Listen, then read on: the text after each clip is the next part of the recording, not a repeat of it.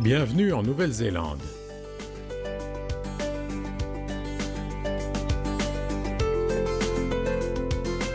Ce pays lointain est assez mal connu en Europe.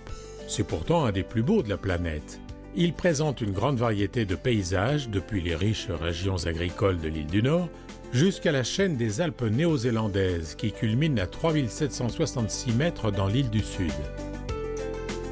Sur une superficie à peu près égale à celle du Royaume-Uni, la Nouvelle-Zélande ne compte que 4 millions d'habitants. Autant dire que le réseau ferroviaire n'est pas très dense. Ici, comme aux États-Unis, les rares trains à longue distance ont surtout une vocation touristique.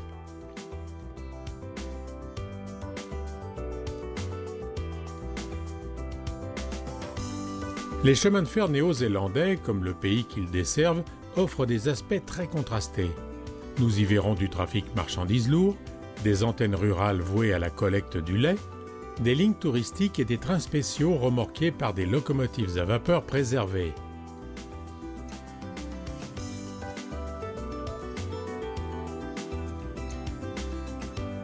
Lors des premières discussions pour créer un réseau de chemin de fer en Nouvelle-Zélande, à la fin des années 1860, c'est l'écartement de 3 pieds 6 pouces, c'est-à-dire 1,67 m, qui a été retenu comme le mieux adapté pour desservir ce pays à faible densité de population et au relief accidenté. L'artère dorsale de l'île du Nord déroule son tracé à travers des plaines fertiles avant de traverser les montagnes pour rejoindre la capitale, Wellington. La ligne relie les deux principales villes du pays, Auckland et Wellington.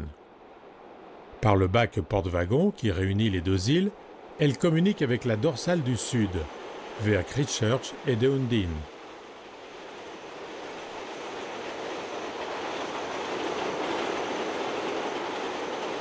Aujourd'hui, la vocation de cet axe majeur du réseau néo-zélandais est avant tout le transport des marchandises. Le trafic n'y atteint pourtant pas les niveaux que l'on connaît en Europe.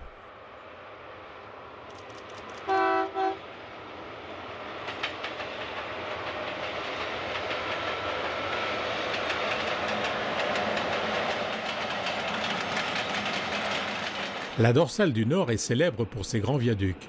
Celui de Makatoti, en treillis métallique, a été construit en 1908. Son tablier mesure 262 mètres de long et s'élève à 79 mètres de hauteur.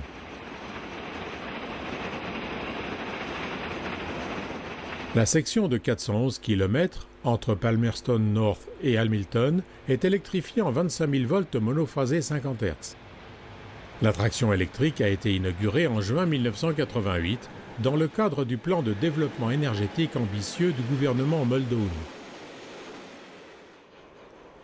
22 locomotives classe EF de type BBB ont été mises en service à cette occasion par la firme britannique Brush. Elles développent 3000 kW et sont munies du freinage à récupération.